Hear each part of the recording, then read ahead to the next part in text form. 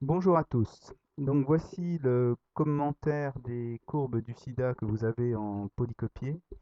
Vous avez donc ce document dans le polydocument et le texte du commentaire également sous forme Word ou PDF.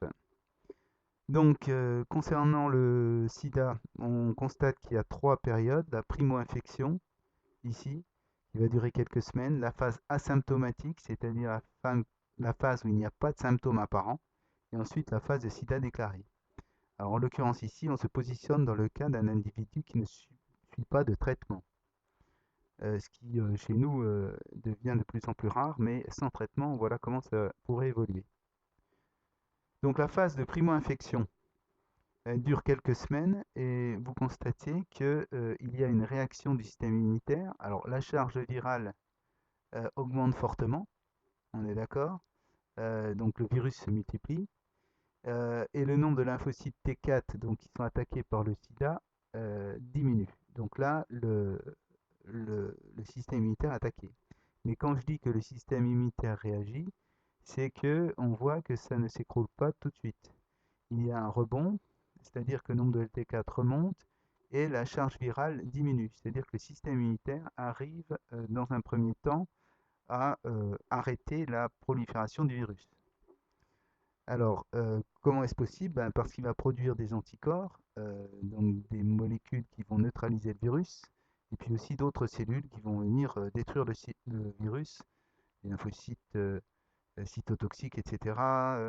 Donc, vous verrez ça plus tard dans un niveau plus élevé. Mais le système immunitaire réagit.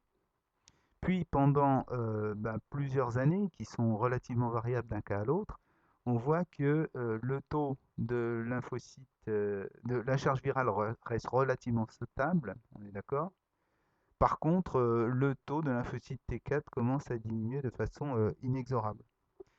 Donc à partir du moment où l'individu ici a une réaction du système immunitaire et qu'il va produire des anticorps contre le virus, on va dire qu'il est séropositif, c'est-à-dire qu'il possède des anticorps détectables dans son sang, dans le liquide du sang qu'on appelle le sérum, donc séropositif. C'est à partir de là qu'on va pouvoir faire des tests, mais attention, il faut qu'il y ait eu assez de temps entre le contact supposé contaminant et le test, au minimum 20 jours pour que le taux d'anticorps soit détectable et que le test soit probant. Alors à quoi correspond la phase symptomatique? Eh bien ici on voit qu'au bout de plusieurs années, on va avoir ce qu'on appelle le sida déclaré, où des symptômes vont apparaître. Ça c'est quand le taux de lymphocyte T4 va être aux alentours de 300, vous voyez, cellules par millimètre cube. En dessous de ce seuil, les symptômes apparaissent. Alors, qu'est-ce qui apparaît? C'est ce qu'on appelle les maladies opportunistes, que vous avez également dans le polycopier document. Donc, c'est ce document-là. On voit ici le nombre de lymphocytes T4 par millimètre cube. On voit qu'effectivement, lorsqu'on est aux alentours de 400, 300, enfin inférieur à 400 lymphocytes T4 par millimètre cube, on voit apparaître les premières infections.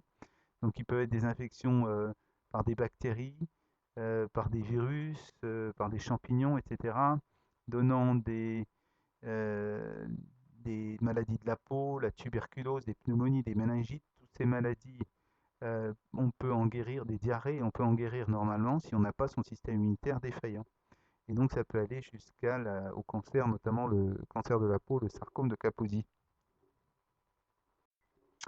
Alors maintenant, je vous propose de vous démontrer le petit TP pardon, Excel qui était prévu là-dessus, donc pour réviser Excel. Donc ici, vous avez le sida dans le monde, des années de 2010 à 2017, le nombre de décès dans le monde, le nombre de nouvelles contaminations et le nombre de séropositifs. Alors si par exemple on veut faire les deux courbes, nombre de décès et nombre de nouvelles contaminations, donc comme vous le savez, on va sélectionner ici la première colonne ainsi que les deux suivantes, sachant que dans Excel, la colonne A correspond à l'axe horizontal des abscisses. Et puis les deux suivantes vont être sur l'axe vertical des ordonnées. Donc ensuite, on va dans Insertion, nuage de points, on l'a déjà fait, voilà. Donc là, vous avez vos deux courbes, série 1, série 2. Euh, on aurait pu d'ailleurs intégrer le, les, les noms, tout simplement pour avoir euh, les légendes, hein, ce que j'ai oublié. Ensuite, on peut évidemment améliorer notre courbe. Il faut améliorer notre courbe en mettant un titre évidemment au graphique. Donc ici, on peut mettre variation du nombre de décès et de sida déclarés dans le monde de 2010 à 2017. On peut aussi, vous vous souvenez, indiquer le titre des axes. Donc dans mise en forme, ou alors tout simplement ici, hein, ici plus titre des axes, on est d'accord. Donc bah, ici, on va marquer nombre, et puis là, année, tout simplement. On est d'accord? Nombre, et puis ici, année. Année. Bon, ça paraît évident, mais c'est pour réviser comment on met un titre. Bon, sinon, on peut l'améliorer en resserrant un petit peu les axes pour donner plus de visibilité.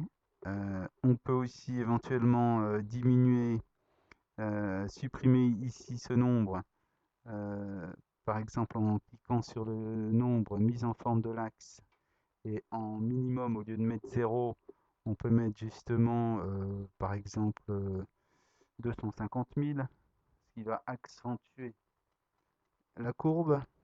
Ça l'a fait même disparaître. C'est cool ça. Parce que je me suis trompé. CTRL Z. Excusez-moi. Qu'est-ce que j'ai fait? Minimum. Minimum. Il avait mis 500 000. Donc, minimum. Je vais mettre. Il a mis 0. Je vais mettre 750 000. Pardon. C'est moi qui suis fatigué. Voilà. Bon, c'est pas évident. Mais ça peut être utile de savoir le faire. Alors si on veut continuer dans la révision de la mise en forme, on peut faire un clic droit sur le quadrillage et là vous avez format du quadrillage et vous pouvez éventuellement mettre les, les traits secondaires, etc. etc. Euh, Ça peut être intéressant si on veut améliorer les choses. Le plus simple encore, c'est de cliquer sur le graphique et d'aller sur le plus. Et là, vous avez quadrillage. Et sur le petit triangle noir, vous pouvez mettre mineur, principal, vertical, etc. Voilà. Bon. Après, on peut faire un clic droit, copier et coller dans Word, par exemple. Ensuite, si on veut faire la courbe des années avec les nombres de séropositifs, faut sélectionner la colonne A et puis appuyer sur CTRL pour sélectionner la dernière colonne seulement, donc en même temps. Et puis, comme d'habitude, insertion, nuage de points, relié, on est d'accord. Et puis ici, on mettrait, comme d'habitude, les titres des axes, titres géographiques, etc., etc. Ah, le plus encore est le plus rapide et efficace. Ensuite, les quadrillages, voilà, etc. Copier-coller dans Word. Maintenant, commentaire des courbes. Donc, évolution des chiffres du sida dans le monde depuis 2010. Donc on voit le nombre de décès comme le nombre de nouvelles contaminations diminue de façon régulière depuis 2010. Donc ça, ce serait à attribuer aux effets bénéfiques d'une part de l'information sur la nécessité de protection, mais aussi sur l'effet des trithérapies qui se sont avérées très efficaces. Par contre, si on regarde l'évolution du nombre de séropositifs depuis 2010, toujours dans le monde, on constate qu'il y a une recrudescence depuis 2012. On pourrait donner des valeurs chiffrées à l'écrit. Donc ça veut dire que le sida, bah, c'est pas terminé et que cette augmentation des séropositifs, c'est que les gens imaginent que c'est fini, alors qu'il faut rester très vigilant au niveau de la protection, évidemment, au niveau des préservatifs, et ce qui n'est pas toujours le cas et qui n'est pas toujours respecté, ce qui justifie de cette réaugmentation du nombre de séropositifs. Donc l'information doit toujours circuler de façon efficace. Merci.